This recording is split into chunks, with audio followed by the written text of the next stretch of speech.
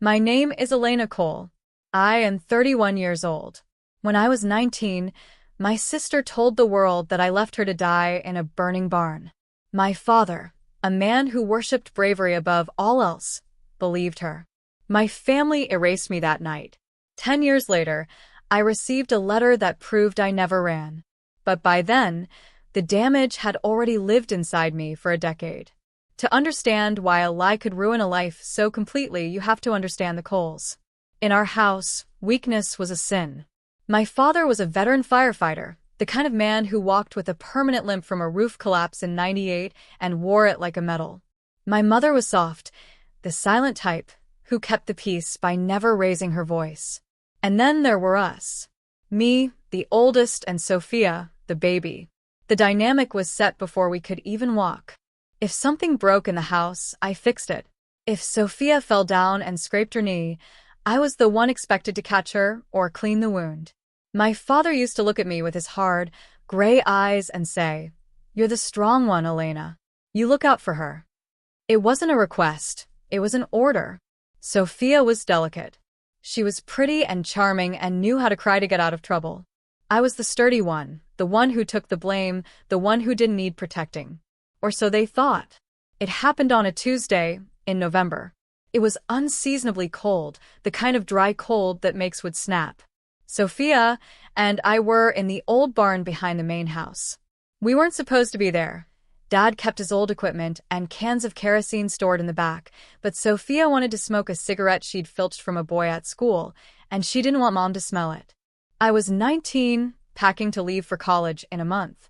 Sophia was 17. She was twirling an old oil lantern she found on a shelf, messing with the wick while the cigarette dangled from her lip. I told her to put it down. I told her it wasn't a toy. She laughed at me, calling me a killjoy, the same way she always did. "Relax, Elena. You're always so tense." Then she dropped it. It happened in slow motion and all at once. The glass shattered. The oil slipped across the dry hay covering the floor. The flame from the wick caught the oil, and the hay went up like it was soaked in gasoline. Within seconds, the heat was unbearable. The fire climbed the wooden walls, hungry and fast. Smoke, black and thick, filled the space instantly. I didn't think. I just moved. I grabbed Sophia by the arm. She was screaming, frozen in panic. I shoved her toward the small side door. "Go. Get out," I yelled over the roar of the fire. I pushed her through the frame, coughing, my eyes stinging. I stumbled out after her, gasping for the cold night air. But when I looked down at the grass, Sophia wasn't there. I turned back. Through the smoke, I heard her screaming my name. She had tripped.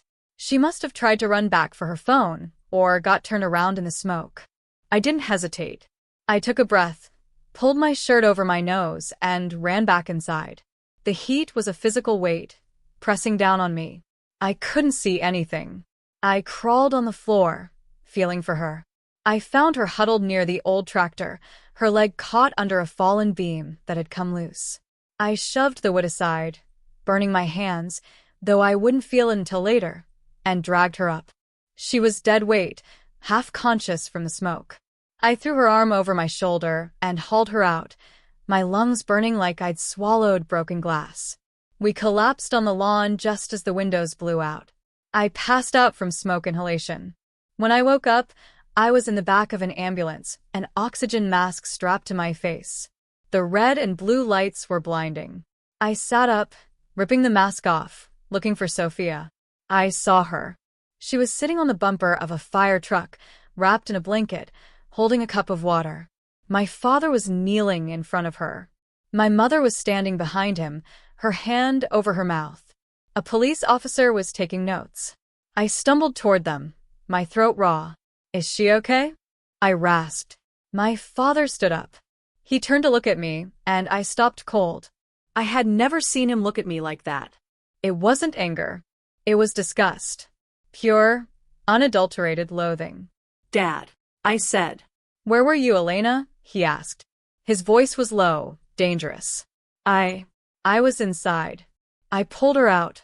I stammered. He stepped aside. Sophia looked up at me. Her eyes were red, teary. She looked small and fragile, the victim everyone always wanted her to be. "Tell her, Sophia," my father said. "Tell her what you told us." Sophia looked at her hands. She was trembling. "She ran," Sophia whispered. It was quiet, but in the silence of the aftermath, it sounded like a gunshot. The fire started, and she just ran. She left me there. I was stuck, and she ran out the door. My mouth fell open. "What?" "Sophia, no. I came back. I lifted the beam off you." "Liar!" my father shouted, and I flinched. "She has burns on her legs where she was pinned. She crawled out herself. She told us everything. You panicked, and you left your little sister to burn." "I didn't. I swear I didn't." I looked at my mother, pleading. "Mom, you know me. I wouldn't do that." My mother looked away. She wouldn't even meet my eyes. She chose her side in silence. "A firefighter doesn't abandon family." My father spat the words at me. "You are a coward. You are nothing to me." I tried to argue. I tried to show them my burnt hands, the soot on my clothes. But they had already decided on the narrative. Sophia was the survivor. I was the villain. The story fit too perfectly into their worldview. Sophia was the innocent victim, and I had finally failed to be the strong one. They didn't kick me out explicitly, but the house became a tomb. My father wouldn't look at me. My mother cried whenever I entered the room. Sophia stayed in her bedroom, recovering. The town was small. By the next morning, everyone knew. Elena Cole left her sister to die. I went to the grocery store, and the cashier, a woman who had known me since I was 5, put my change on the counter instead of in my hand, so she wouldn't have to touch me. They called me selfish. They called me a coward. 3 days later, I packed my bag. I took the money I had saved from summer jobs, threw it in my 2005 sedan, and left. My father was sitting on the porch when I walked out. He didn't look up from his newspaper. I didn't just lose my family, I thought as I drove past the welcome sign of my hometown. I lost my name. For the first 6 months, I didn't live. I just existed.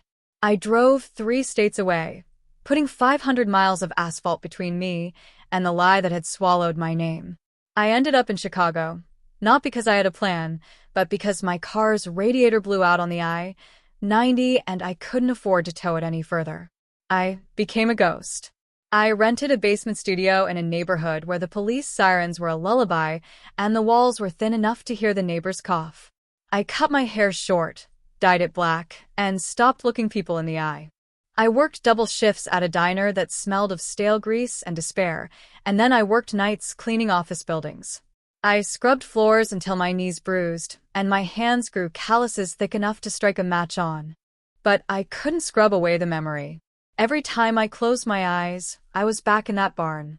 I could feel the heat on my skin, hear the roar of the flames eating the dry wood. But worse than the fire was the sound of my sister's voice, small and trembling, rewriting history while I stood there, paralyzed by the sheer audacity of her betrayal. She ran. 2 words. That was all it took to turn a father's love into a judge's gavel. I spent 2 years drifting like ash. I had no friends. I had no family. I was just a body moving through space, fueled by caffeine and a cold, hard knot of rage that sat in the center of my chest. I thought about calling home 1,000 times. I rehearsed speeches in the mirror, screaming at my reflection, explaining that I had burn marks on my palms, that I had carried her, that I was the one who went back. But then I would remember my father's face, the way he looked at me with that absolute, unshakable disappointment, and I would put the phone down. He didn't want the truth. He wanted a hero, and Sophia had given him a villain to make herself the survivor. The turning point came on a gray Tuesday in March. I was walking home from a shift, freezing in a coat that wasn't warm enough, when I saw a flyer stapled to a telephone pole. It was peeling at the corners, flapping in the wind. Chicago Fire Department. Recruitment drive. Do you have what it takes? I stopped. I stared at the image of the firefighter in full gear, emerging from a wall of smoke. My father's voice echoed in my head, loud and clear. A firefighter doesn't abandon family. You're a coward. I ripped the flyer down. I didn't want to save lives. I didn't have a noble calling. I wanted to spite him. I wanted to take the thing he worshipped, the bravery, the sacrifice, the brotherhood, and I wanted to be better at it than he ever was. If they believed I ran from a fire, I would spend the rest of my life running into them. I would walk through hell so many times that the devil would know my name, even if my father didn't. The academy was a nightmare designed to break you, and I loved every second of it. I was one of 4 women in a class of 60 recruits. From day one, the instructors looked at me like I was a liability. They saw a girl with dead eyes and a chip on her shoulder the size of a boulder. "You look lost, Cole." One of the drill instructors, a massive man named Sergeant Miller, barked at me during the first week of PT. "This isn't a place for girls who want to play dress up. Go home." "I don't have a home," I said, doing push-ups until my arms shook. "So I guess I'm staying." They tried to wash me out. They put me through the maze, a confined space drill in pitch darkness with full gear and a blacked-out mask, 3 times in a row. They made me carry the heaviest hoses, climb the tallest ladders in high winds. I didn't complain. I didn't speak. I just did it. I channeled every ounce of hatred I had for my sister, every ounce of hurt I had for my father, into physical exertion. When the other recruits were vomiting from exhaustion, I was standing back up. When the men complained about the weight of the SCBA packs, I strapped mine on tighter. I wasn't trying to be one of the boys. I didn't care about their approval. I was fighting a ghost. Every time I dragged a 180-pound dummy across the pavement, I was dragging Sophia out of that barn. Every time I breached a door, I was breaking through the wall of silence my family had built around me. I graduated top of my class, valedictorian. When I walked across the stage to shake the commissioner's hand, the auditorium was packed with cheering families. Mothers hugging sons, fathers pinning badges on daughters. I looked out into the sea of faces, searching for a gray crew cut and a stern jawline, even though I knew he wouldn't be there. My seat was empty. I took my badge, walked off stage, and went back to my apartment alone. I celebrated with a frozen pizza and a glass of tap water. 7 years on the job hardened me into something steel-reinforced. I worked at Station 51, one of the busiest houses in the city. I saw things that would make normal people crumble. I pulled bodies out of car wrecks, performed CPR on infants, and walked down hallways that were turning into blast furnaces. I earned a reputation. They called me the Iron Maiden behind my back, not because I was mean, but because I never panicked. I never flinched. I was efficient, cold, and absolutely fearless. But it was a hollow fearlessness. My crew respected me, but they didn't know me. I never joined them for drinks after shift. I never talked about where I came from. When Christmas came around and the station filled with cards and visits from relatives, I volunteered for the holiday shifts so the guys with kids could be home. I told them I liked the overtime. The truth was, I had nowhere else to be. By the time I turned 31, I made captain. I was young for the white shirt, but my record was spotless. I had citations for bravery that I threw in a drawer without looking at them. I had saved lives. I had done everything a good daughter was supposed to do, everything a hero was supposed to be. And yet, every night, I went home to an empty apartment and stared at the ceiling, wondering if Sophia was still laughing, if my mother still cried, if my father still told people he only had one daughter. Then came the package. It arrived on a rainy Tuesday, exactly 10 years and 2 weeks since the fire. I had just come off a 24-hour shift, my body aching, my hair smelling of smoke and diesel. I checked my mailbox in the lobby of my building out of habit, expecting bills or junk mail. Instead, I found a thick, padded envelope. There was no return address. Just my name, Captain Elena Cole, scrawled in handwriting that looked vaguely familiar but shaky, like an old person's scrawl. The postmark, however, stopped my heart. It was stamped from my hometown. I carried it upstairs like it was a bomb. I set it on my kitchen table and stared at it for 20 minutes. My hands, which were steady enough to start in 4 in a moving ambulance or cut a ventilation hole in a burning roof, were trembling. I grabbed a knife and slit the top open. The first thing that fell out was a small, clear plastic bag. Inside was a piece of jewelry. I picked it up. It was a silver charm bracelet, black with soot, the metal warped and twisted by extreme heat. I gasped, the air leaving my lungs in a rush. I knew this bracelet. I had bought it for Sophia for her 16th birthday. She was wearing it the night of the fire. It must have fallen off when I dragged her out, or maybe when the beam fell on her. I hadn't seen this object in a decade. Holding it felt like holding a piece of the fire itself. I reached back into the envelope. There was a thick stack of papers clipped together, a copy of an official fire investigation report, and on top of that, a letter. I unfolded the letter first. The paper was expensive, heavy stock, but the handwriting was erratic, trailing off the lines. Elena, I don't know if you will read this. I don't blame you if you burn it. You probably hate me. You should hate me. I'm dying, L. The doctors say my lungs are giving out. Pulmonary fibrosis, complications from the smoke damage 10 years ago. It's funny, isn't it? The fire didn't kill me then, but it marked me. It's been eating me from the inside out for a decade. Mom told me you're a firefighter now. A captain in Chicago. Dad pretends he doesn't know, but I saw him cutting out the newspaper clipping when you got promoted. He keeps it in his wallet behind his license. I'm writing this because I can't die with this in my throat. I have to say it, even if you never forgive me. I lied. You know I lied, but I need to see it written down. I dropped the lantern. I was smoking, and I was careless, and I dropped it. I was so scared Dad would kill me for being in the barn with the kerosene. And then when I woke up outside, and everyone was looking at me like I was a victim, like I was this fragile thing that survived. I just wanted to stay the victim. I didn't want to be the idiot who burned the barn down. And then, when Dad asked where you were, I saw a way out. I was jealous, Elena. You were always the strong one. You were always the one Dad respected. I wanted to be the one he worried about for once. So I said you ran. And once I said it, I couldn't take it back. It got too big. It became the truth. You went back into the fire for me. I know that. I remember your hands on my jacket. I remember you lifting the beam. I pushed you into the fire alone, and I left you there to burn while I played the survivor. Here is the proof. The investigation report from the insurance company. They found the bracelet near the tractor where you pulled me out. They found drag marks. Dad never looked at it. He refused to open the file because he knew what happened. But I kept it. Please come home. I need to tell Dad the truth, but I'm too weak to do it alone. He needs to hear it from me while you are standing there. Sophia. I sat there in the silence in my kitchen, the letter shaking in my hand. The rage that had sustained me for 10 years surged up, hot and choking, mixing with a grief so profound I almost doubled over. She had known. The whole time she had the report.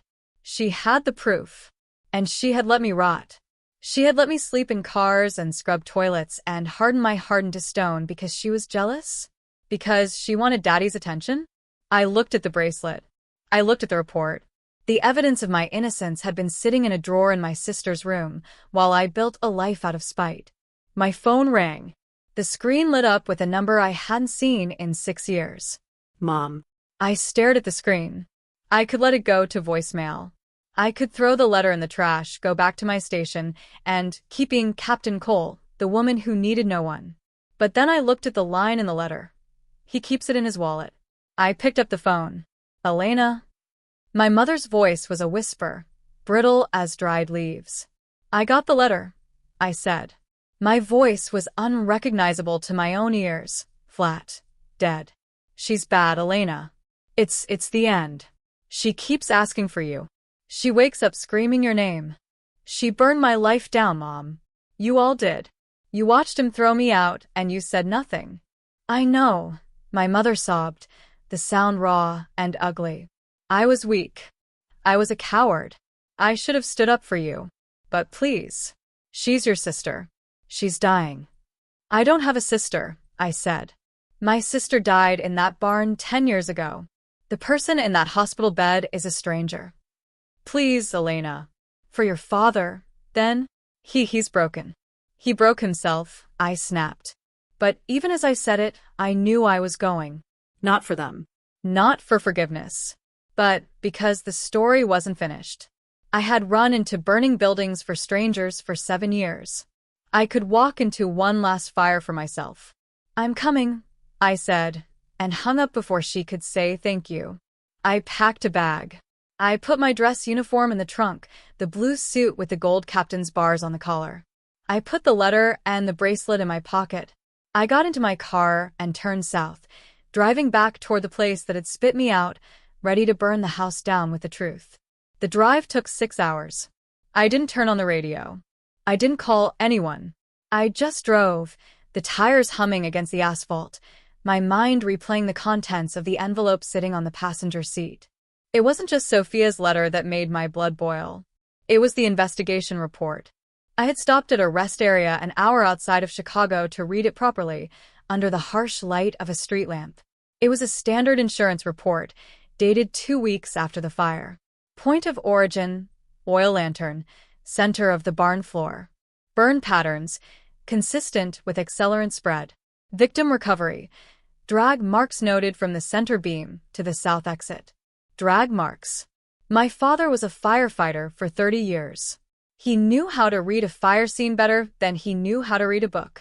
He knew that if I had run, there wouldn't have been drag marks. He knew that if I had abandoned her, Sophia wouldn't have been found near the door with bruises on her ribs from where I hauled her. He had the evidence. Sophia said in her letter that he refused to open the file, that he knew what happened. But that was a lie he told himself. He didn't open it because he was afraid of what he would find. He preferred the clean narrative of a cowardly daughter over the messy reality of a lying one. He chose his pride over my life. By the time I hit the city limits of my hometown, the sun was setting, casting long, bruised shadows across the fields.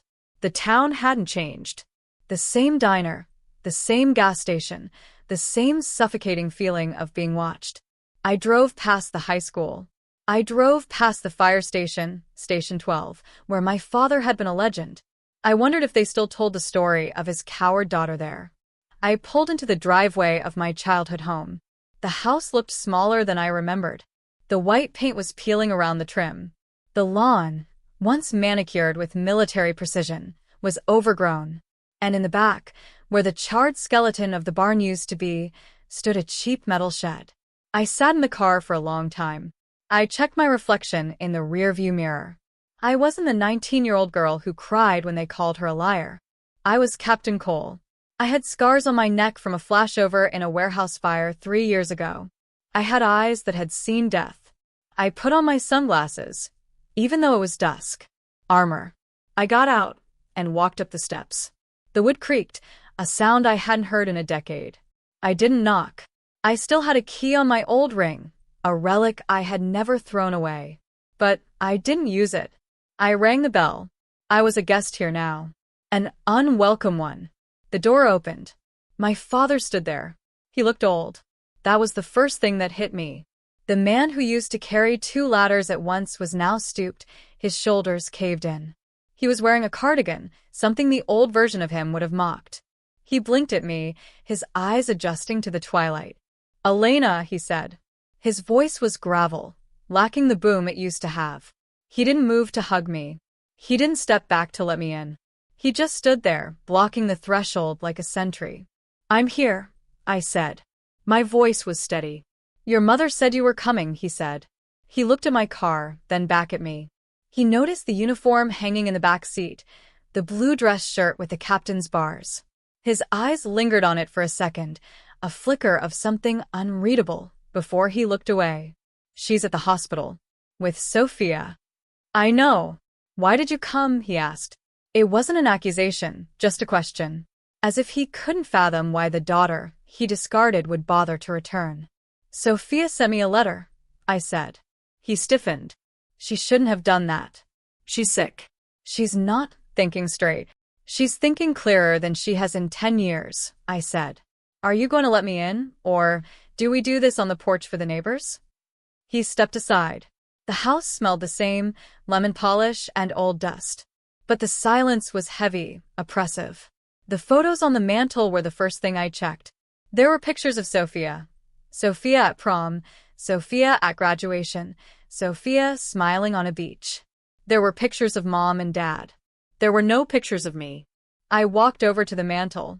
I saw a small empty space at the end, a gap in the dust where a frame used to be. They hadn't just removed me. They had rearranged the shrine to make it look like I never existed. "She's dying, Elena," my father said from behind me. He hadn't moved from the hallway. "The doctors say it's her lungs. The smoke from that night, it scarred the tissue. It never healed right." I turned around. "It took 10 years to kill her? Don't be cruel," he snapped, a flash of the old anger surfacing. "She's your sister." "My sister died in that barn," I said coldly. "I don't know who you've been raising." "You have no right." He stepped forward, his face reddening. "You ran away. You left us." I was kicked out. I didn't shout, but my voice filled the room. "You told me I was nothing to you. You returned my letters unopened. You cut me out of this family like a cancer. Because of what you did. Because of what you thought I did." I reached into my pocket and touched the folded letter and the plastic bag with the bracelet. I wanted to throw it in his face right then. I wanted to force him to read the report. But not yet. Sophia needed to be there. She needed to say it. "Where is Mom?" I asked, cutting the tension. "Hospital. Room 304. "I'm going there," I said. I started for the door. "Elena," he called out. I stopped, my hand on the knob. "She's afraid of you," he said softly. "Sophia. She's terrified you came back to hurt her." I looked back at him. "I don't need to hurt her, Dad. The truth is going to do that for me." I walked out.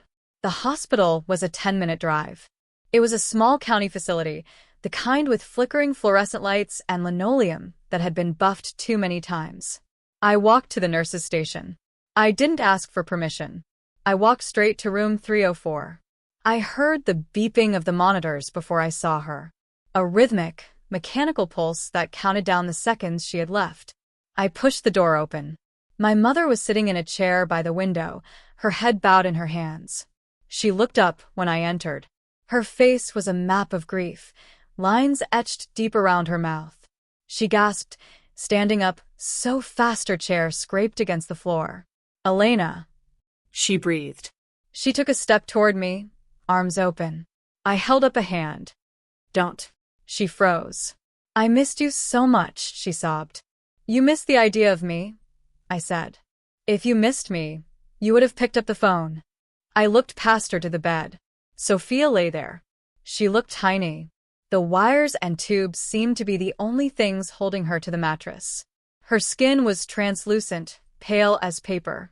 Her breathing was a wet, rattling sound, a struggle for every ounce of oxygen. She opened her eyes. They were the same blue as mine, but clouded with medication and fear. She saw me standing at the foot of her bed, tall, dressed in black, with the posture of a soldier. "Elle," she whispered. Her voice was barely a sound. It was air passing through damaged cords. I walked to the side of the bed. I looked down at her. I didn't feel the rush of forgiveness the movies tell you to feel. I didn't feel love. I felt a profound, aching pity. She had won the battle for our parents' love, but she had lost the war for her own soul. "You wrote the letter," I said. "I didn't think you'd come," she wheezed. "I almost didn't." "Is Dad here?" "No." "He's at the house." "He needs to know," she said, tears leaking from the corners of her eyes. I can't die a liar, Elena." "You lived as one," I said. "That's harder to fix." She reached out a hand. Her fingers were thin, trembling. She wanted me to take it. She wanted the comfort of the big sister who used to band-aid her knees. I didn't take her hand. Instead, I reached into my pocket. I pulled out the plastic bag with the blackened, twisted loop of metal inside. I dropped the bag on the white sheet of her hospital bed. The sound of the metal hitting the mattress was soft, but in the quiet room, it sounded like a gavel coming down. "We aren't doing this for you, Sophia," I said. "We're doing this for the 19-year-old girl you killed." My mother stood in the corner of the hospital room, her hands covering her mouth. She was looking at the plastic bag on the bed, then at me, then at Sophia. She didn't say a word. She didn't have to. The silence in the room was loud enough. Sophia stared at the bag. Her breathing machine hissed, a mechanical rhythm that filled the empty spaces between us. She reached out a shaking hand and touched the plastic. She didn't pick it up. She just rested her fingertips on the charred metal of the bracelet. "You kept it," I said. It wasn't a question. "I couldn't throw it away," Sophia whispered.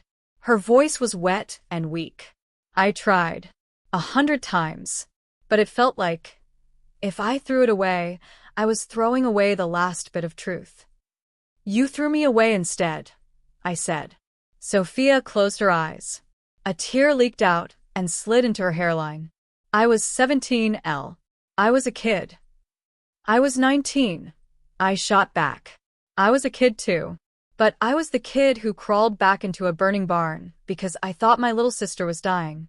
I was the kid who dragged you out. And I was the kid who stood there and watched you point a finger at me and ruin my life." I was scared. Sophia's voice rose, cracking into a cough. The monitor beeped faster. Dad was so angry. You saw his face. He looked at the fire like it was a personal insult. If he knew I dropped the lantern, if he knew I was smoking, he would have hated me. "So you made him hate me," I said. "That was the trade? You get to be the victim, and I get to be the coward." "He always loved you more," she sobbed. "He respected you. You were the strong one. You were Elena the Rock. I was just the baby. I wanted him to worry about me. I wanted him to look at me the way he looked at you when you fixed the truck or won a race. And then when I said you ran, he finally did. He looked at me like I was precious, like I needed saving." I looked at my mother. She was crying silently, her shoulders shaking. She had heard every word. She had watched the dynamic play out for 20 years, the strong daughter and the weak daughter, and she had let it happen. "He didn't save you, Sophia," I said, turning back to the bed. "I did. And you punished me for it." "I know," she whispered. "I know. Why did you wait 10 years? I asked. "You could have called. You could have sent a text. You could have fixed this when I was 20, living in a basement and eating ramen because I couldn't get a job with a bad reputation." "I was a coward," she said. "Just like you said. I was afraid if I told the truth, Dad would stop loving me. And after you left, I was all they had." I picked up the plastic bag. I opened it. The smell of old smoke, stale and acrid, wafted out, even after a decade. I tipped the bag over, and the bracelet slid into my palm. It was cold and rough. I reached out and took Sophia's hand. She flinched, surprised by the touch. Her skin was fever-hot. I placed the blackened bracelet into her palm and closed her fingers around it. "This isn't mine," I said. "It never was. You wore this the night you started the fire. You wore this when I carried you out. And you kept it while I was gone." She clutched it to her chest, sobbing openly now. "I'm sorry, Elena. I'm so sorry." "Sorry doesn't give me my 20s back," I said. "Sorry doesn't fix the fact that Dad looks at me like a stranger." "He needs to know," she gasped. "You have to tell him. Show him the report." "I will," I said. "But not for you. I'm doing it for myself." Sophia looked at me, her eyes clearing for a second. The fear seemed to drain away, replaced by exhaustion. "You came back," she said softly. "In the barn. You really came back." "I heard you screaming," I said. "I didn't think. I just turned around." "I remember," she said. "I remember the weight of the beam moving. I remember you coughing. I remember you saying, 'I got you, Sophie. I got you.'" She used my childhood nickname. It hit me harder than I expected. I felt a crack in the armor I had built. "I always got you," I said, my voice thick. "I never left you behind." "You were the best of us," she whispered. "You were always the best of us." Her eyes started to drift close. The energy she had summoned to confess was gone. Her breathing slowed down, becoming shallow. My mother moved from the corner and came to the other side of the bed, stroking Sophia's hair. "She's tired, Elena," Mom said softly. I looked at my sister one last time. I didn't hate her anymore. Hate takes energy, and I was empty. I just felt a heavy, dull sadness for the waste of it all. Goodbye, Sophia, I said. I turned and walked out of the room. I didn't look back. I sat in the waiting room for 2 hours. I drank stale coffee from a vending machine. I watched the clock on the wall tick. At 9:42 p.m., a doctor came out. He didn't have to say anything. I saw it in the way he held his clipboard. My mother came out 5 minutes later. She looked like a ghost. She saw me sitting there and collapsed onto the chair next to me. She's gone, Mom said. I know. We sat in silence for a long time. Finally, Mom wiped her eyes and looked at me. Your father, she said. He's waiting at home. He thinks you just came to say goodbye. He's wrong, I said. I stood up and smoothed down my shirt. I felt the weight of the investigation report in my back pocket. It felt like a weapon. I didn't come to say goodbye. I came to say the things you were all too scared to say. Elena, please, Mom said, grabbing my wrist. He's grieving. Today isn't the day. I pulled my hand away gently, but firmly. Today is exactly the day, I said. 10 years ago, on the worst night of my life, he turned his back on me. Tonight, on the worst night of his life, he's going to have to look me in the eye. I walked out of the hospital and into the cold night air. I got into my car and started the engine. It was time to go back to the house and finish what the fire started. The funeral took place 3 days later. It was a gray, miserable morning. The entire town showed up because in a small town, tragedy is a spectator sport. I stood at the back, wearing my dress blues, my official Chicago Fire Department Class A uniform. I didn't wear it to show off. I wore it because it was the only identity I had left. People whispered when they saw me. The coward had returned. I ignored them. I watched the casket go into the ground. I watched my father cry, leaning on my mother. He looked broken, a man who had lost his good child. After the service, my mother asked me to come back to the house. Just for coffee, she begged. Don't leave without saying goodbye to him. I agreed. Not for coffee, but because I still had the envelope in my pocket. The house was filled with casseroles and neighbors offering condolences. I stayed in the kitchen, avoiding eye contact. Eventually, the guests filtered out, leaving just the three of us in the living room. The silence was thick enough to choke on. My father sat in his armchair, staring at the floor. He looked up when I zipped up my jacket. You're leaving? He asked. I have a shift tomorrow. I lied. I just wanted out. Elena, he said. He tried to stand up, but his knees were stiff. He sank back down. I want you to know. I appreciate you coming. Sophia, she would have wanted us to be a family again. I almost laughed. It would have been a bitter, ugly sound. Sophia got exactly what she wanted, Dad. She got your attention until the very end. He frowned, his brow furrowing. Don't start this. Not today. She's gone. Can't we just put the past behind us? Your mother needs you. I need you. You're the only daughter we have left. I stopped being your daughter the night you kicked me off this porch, I said, my voice steady. I did what I had to do, he argued, his voice rising. You left her. You abandoned your sister to save your own skin. How was I supposed to look at you? I didn't leave her. She said you did. Why would she lie? Because she was 17 and afraid of you, I said. And because she was jealous. Jealous. He scoffed. Of what? Of the fact that you respected me, I said. She wanted to be the victim so you would finally love her the way you loved the idea of a strong child. And you fell for it. You bought it because it was easier to believe I was a monster than to believe your perfect little girl was a liar. He shook his head, waving his hand as if to dismiss me. I can't listen to this. You're delusional. Am I? I walked over to the coffee table. I reached into my inside pocket and pulled out the thick envelope. I tossed it onto the wood surface. It landed with a heavy slap. What is this? He asked. The truth, I said. Read it. I don't want to. Read it.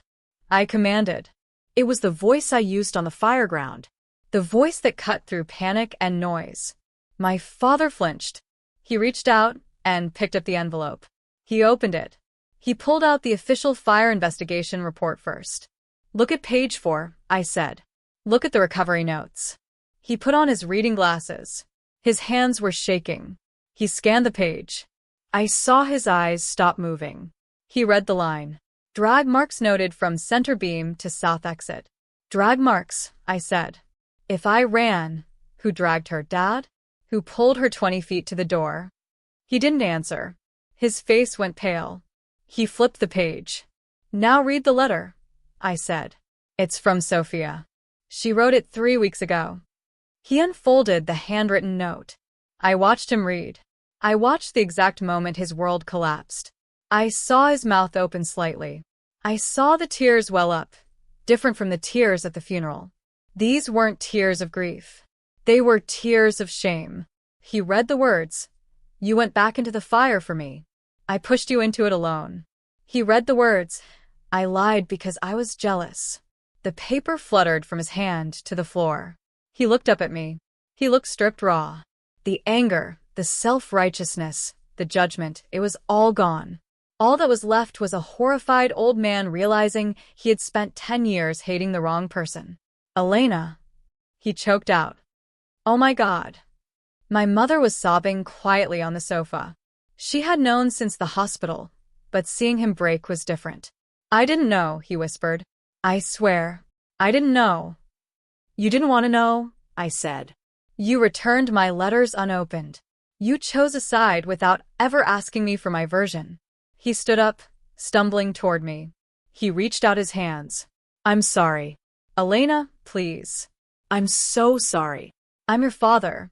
Forgive me. I looked at his hands, the hands that used to lift me up, the hands that had pushed me away. I felt a strange sense of calm. The anger was gone. The need for validation was gone. I took a step back. I forgave Sophia, I said. She was a scared kid. But you? You were the adult. You were the parent. You were supposed to protect the truth, not just the child you liked better. Don't leave, he begged, tears streaming down his face. We can fix this. You can come home. We'll tell everyone. We'll clear your name. I looked around the room. I looked at the empty spot on the mantel where my picture used to be. My name is clear, I said. I cleared it myself when I became a captain. I don't need this town to like me. And I don't need you to forgive me. I walked to the door. Elena, he screamed, dropping to his knees. It was a pathetic, gut-wrenching sound. Please, don't leave me with this. I paused at the door. I looked back at him, kneeling on the carpet, surrounded by the wreckage of his own pride. The truth belongs to you now, Dad, I said. You have to live with it, just like I had to live with the lie. I walked out. I closed the door. I walked down the steps, got into my car, and drove away. I didn't look in the rearview mirror. I drove straight back to Chicago. The city lights welcomed me like old friends. I drove to the station. My crew was there, sitting around the kitchen table, laughing. They didn't know where I had been. They didn't know I had just buried my family. Cap's back. Miller yelled. You look like hell, Cap. Long drive, I said. Just then, the tones dropped. The alarm blared through the station. Engine 51, Truck 81, Squad 3, Structure Fire, 42nd and State. The laughter stopped. Chairs scraped. The guys ran for the apparatus floor. I followed them. I pulled on my turnout coat. I stepped into my boots. I grabbed my helmet, the one with the black shield that said Cole. I climbed into the front seat of the rig. The siren wailed, a scream that drowned out everything else. As we rolled out of the bay doors and into the night, I looked at the city speeding past. 10 years ago, I ran into a fire to save my sister, and I was punished for it. Today, I run into them to save myself. My name is Elena Cole, and I never ran. The sound of Elena's car engine faded down the driveway, and then there was silence. It wasn't the peaceful silence of a house at rest. It was the heavy, suffocating silence of a vacuum. I remained on my knees in the living room for a long time, staring at the front door. My wife, Patricia, didn't come to help me up. I heard her footsteps retreating down the hallway, then the soft click of the bedroom door closing. She had chosen her side, too. For 20 years, she had chosen me. Tonight, she chose her grief. I was alone. On the coffee table lay the envelope. It looked harmless, just a stack of paper. But I knew it was a bomb. Elena had thrown it there, pulled the pin and walked away, leaving me to survive the blast. I eventually stood up. My knees popped, old injuries from a lifetime of climbing ladders. I walked to the table and picked up the papers. My hands were shaking so bad I could barely hold them. I sat in my armchair. I turned on the reading lamp. And for the first time in 10 years, I looked at the fire. I read the investigation report first. I read it with the eyes of a battalion chief, not a father. I looked for the facts. Burn patterns consistent with liquid accelerant. Point of origin. Center of the structure. Victim location. South exit. And then, the line that Elena had pointed out. The line that stopped my heart. Drag marks noted from center beam to south exit. Approximate 20 feet. I closed my eyes. I knew what drag marks looked like. I had made them myself, pulling men out of collapsing hallways. You don't make drag marks if you run. You make drag marks if you are carrying dead weight while choking on smoke.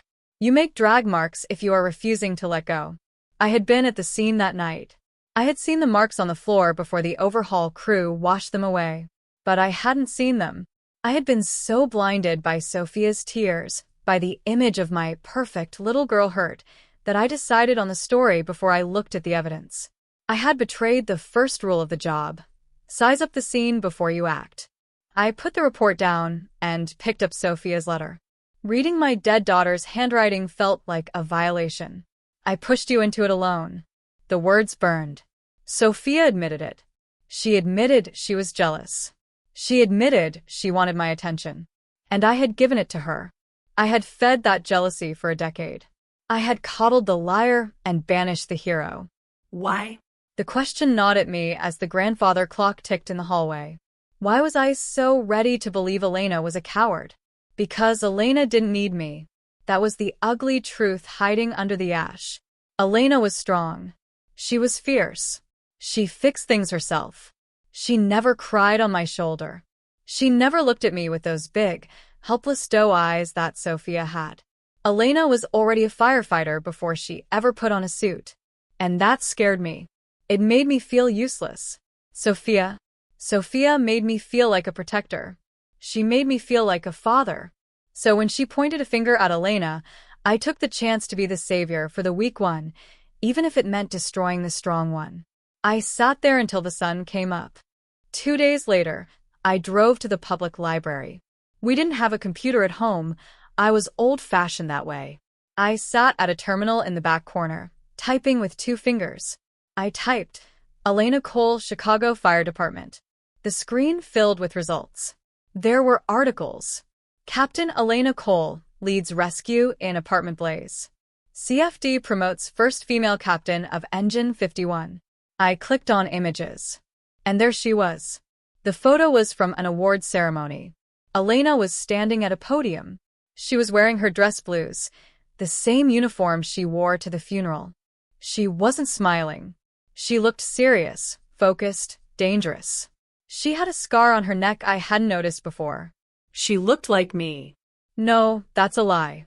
She looked like the man I pretended to be. I scrolled down. I saw a video clip from a local news station. It was an interview after a warehouse fire last year. I plugged in the headphones. Captain Cole, the reporter asked, you were the last one out of the building.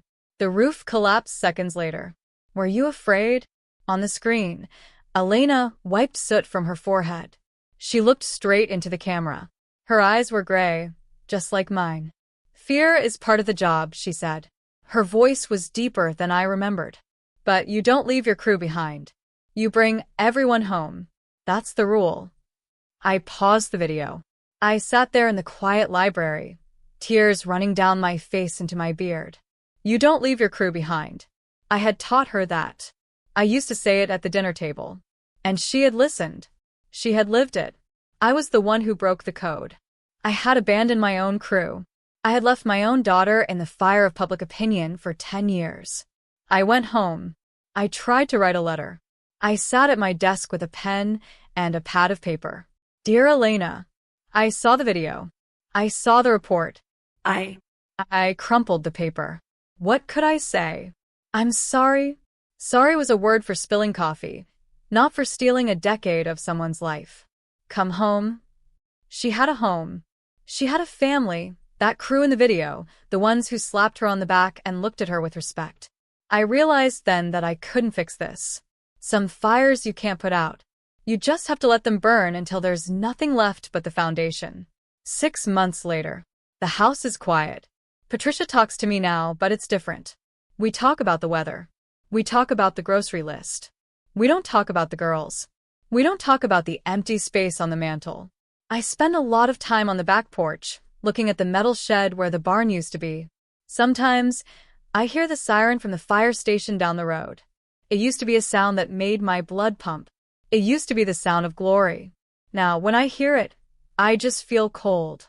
I think about Elena in Chicago. I think about her waking up in the middle of the night, sliding down the pole, climbing into the rig. I think about her running into the heat while everyone else is running out. She was right. She never ran. I'm the one who ran. I ran from the truth because it was too hot to touch. And now, I'm the one left standing in the ashes, with no one coming to save me.